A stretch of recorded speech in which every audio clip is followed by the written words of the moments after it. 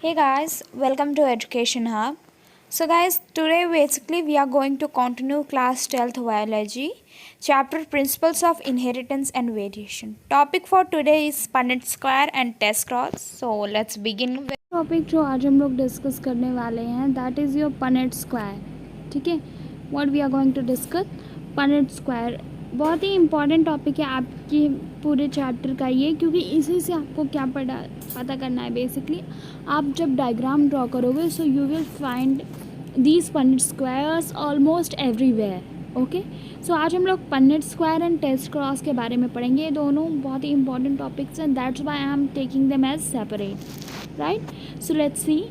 The production of gametes by the parents, the formation of zygotes, the F1 and F2 generation can be explained by the diagram called Punnett square.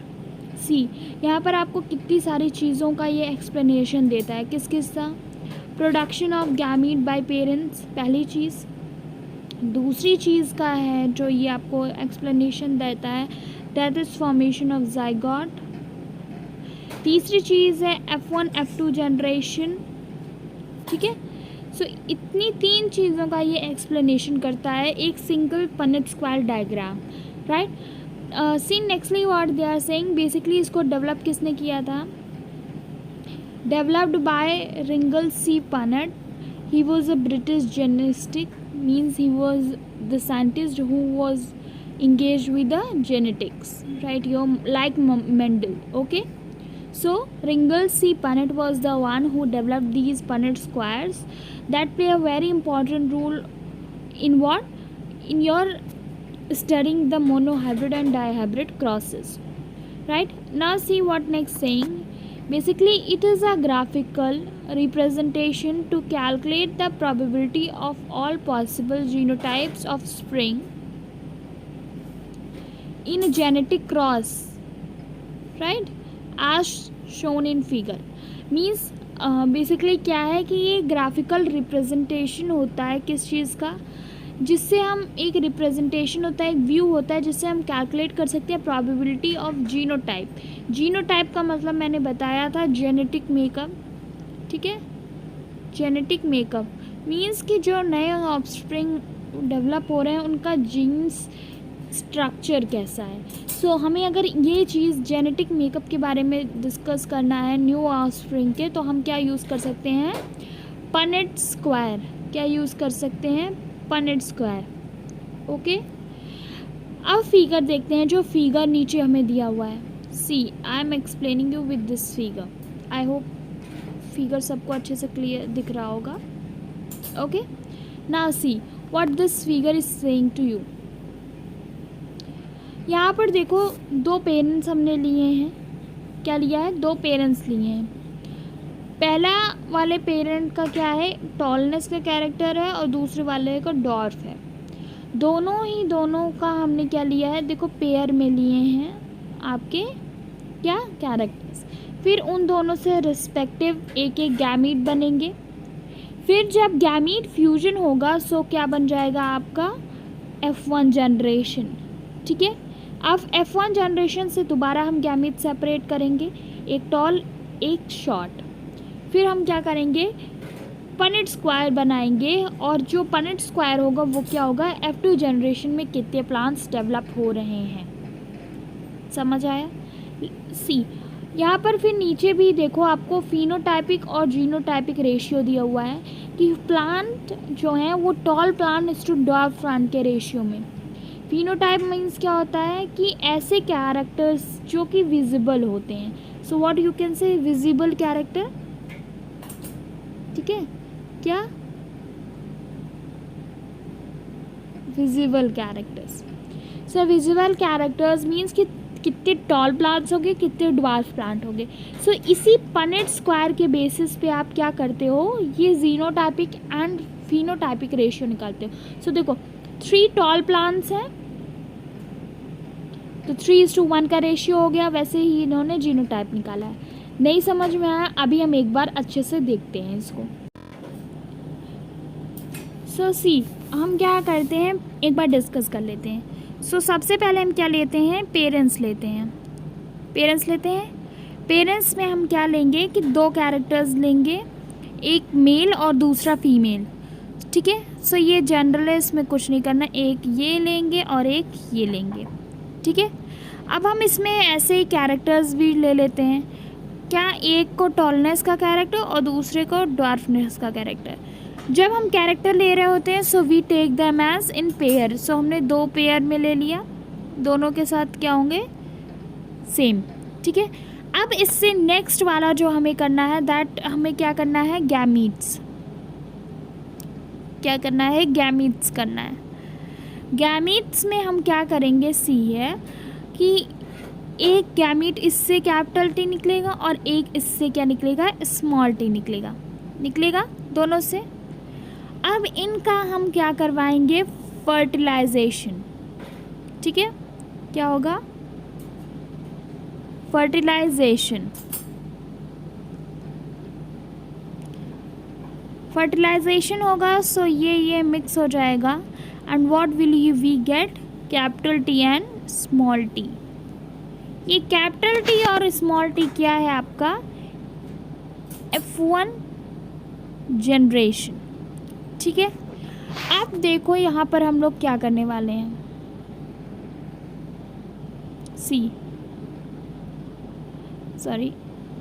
हाँ।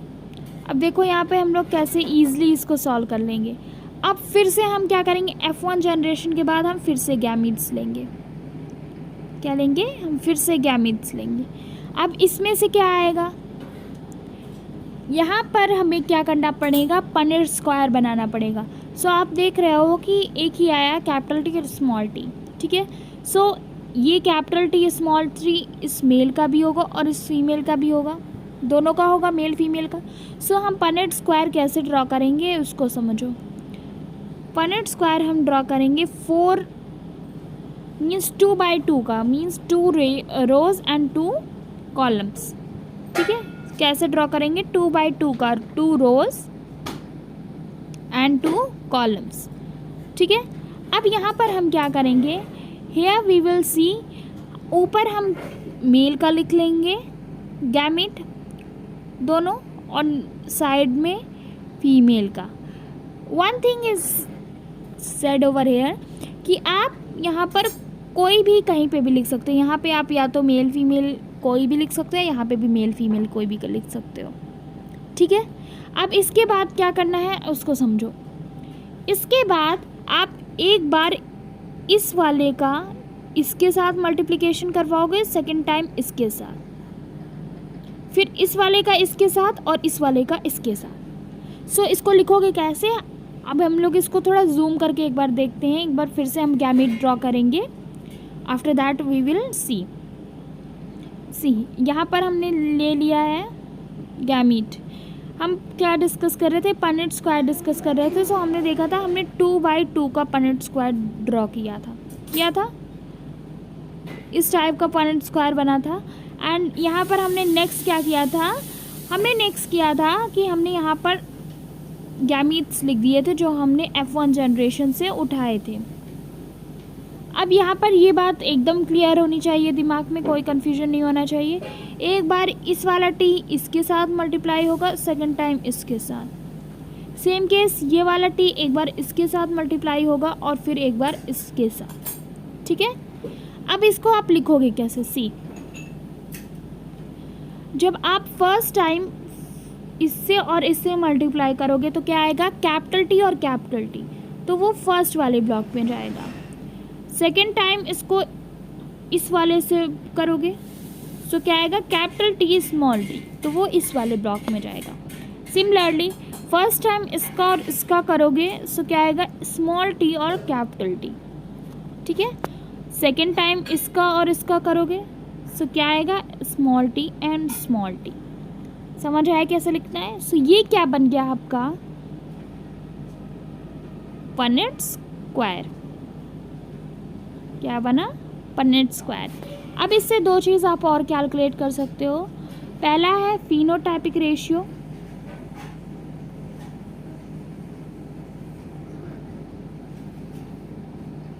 Second genotypic ratio.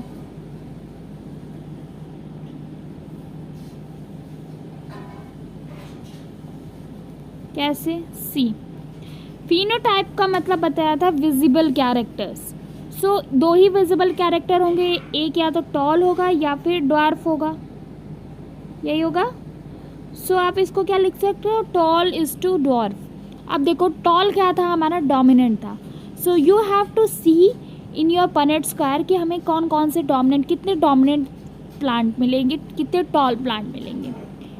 एक ये tall plant मिलेगा, एक ये tall plant मिलेगा और एक ये टॉल प्लांट मिलेगा, और स्मॉल क्या है, एक ही प्लांट मिलेगा। So tall 3 1। ठीक है। जीनोटाइपिक क्या है? जीनोटाइपिक है बेसिकली कि आपका जेनेटिक मेकअप क्या क्या बना है। ठीक है। सो इसमें जेनेटिक मेकअप में आपको क्या समझना है उसको देखो। सो सी हियर हम लोग किसके बारे में बात कर रहे थे? पनेट स्क्वायर की। सो पनेट स्क्वायर में हमने क्या देखा था? Phenotypic ratio means we have seen it very clear. So अब हमको क्या डिस्कस करना है? We have to discuss about the Punnett square with what? Phenotypic ratio. So phenotypic ratio clear होना बहुत इंपॉर्टेंट है, क्योंकि इससे आपको ये पनेट स्क्वायर से दो चीज़ें होंगी, आपकी डेफिनेशन भी क्लियर होगी और आपका कॉन्सेप्ट भी क्लियर होगा। सो जीनोटाइपिक रेशियो मैंने बताया था इसके बारे में, जीनोटाइप और फिनोटाइप क्या होता है। सो जीनोटाइपिक रेशियो का मतलब सबसे पहले तो डेफिनेशन, जीनोटाइपिक या फिर जीनोटाइप की डेफिनेशन क्या होती है सबसे पहले ये बताओ। Genetic structures. क्या? Genetic structure. So genetic structure होता है इसका। सो अगर आपको इसका रेशियो निकालना है, so what will you do? आप क्या देखोगे कि जेनेटिक स्ट्रक्चर मीन्स कि उसके अंदर के क्या क्या कैरेक्टर्स प्रेजेंट होंगे। कैरेक्टर्स को ही हम जीन्स बोलते हैं। सो आप इन शॉर्ट कह सकते हो कि क्या क्या कैरेक्टर्स प्रेजेंट होंगे, राइट। सो देखो यहाँ पर 3 टाइप के कैरेक्टर्स मिलेंगे।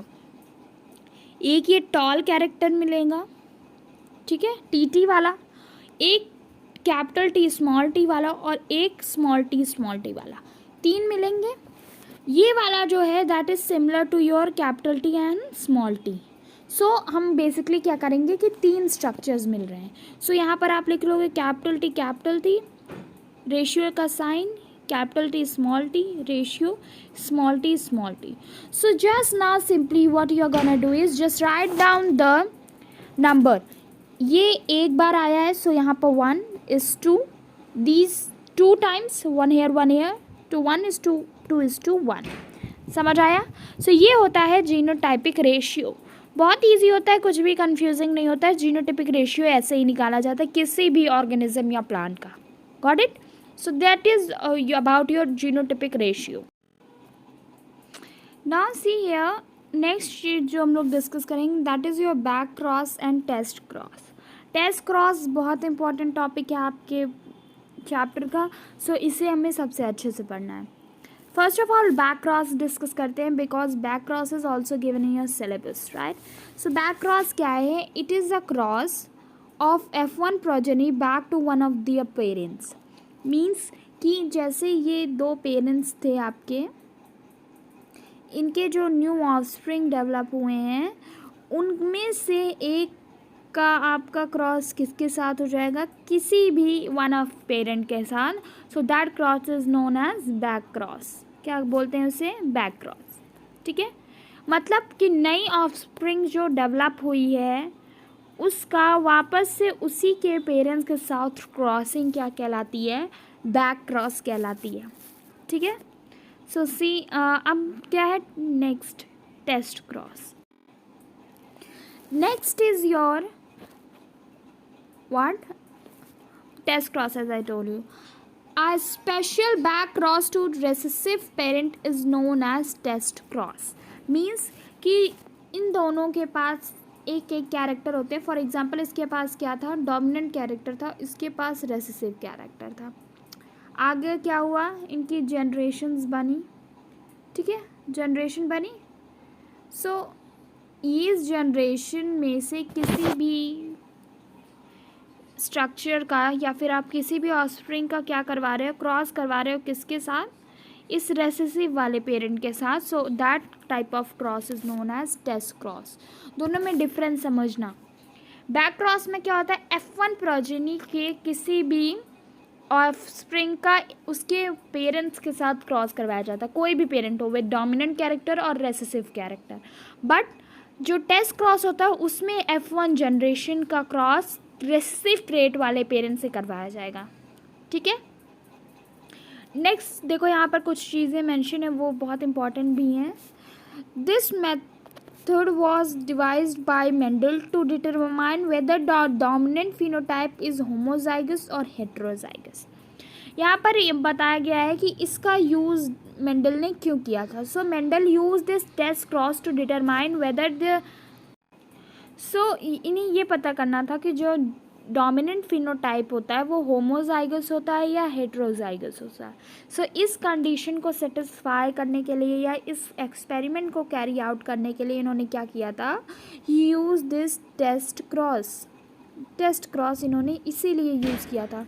सो you may be asked about this, why did Mendel use this test cross in his experiment. ठीक है, तो इसका रीज़न याद रखना, फिनोटाइप डोमिनेंट जो कैरेक्टर था उसका ये पता करना था इन्हें कि वो होमोजाइगस है या फिर हेट्रोजाइगस। Got it?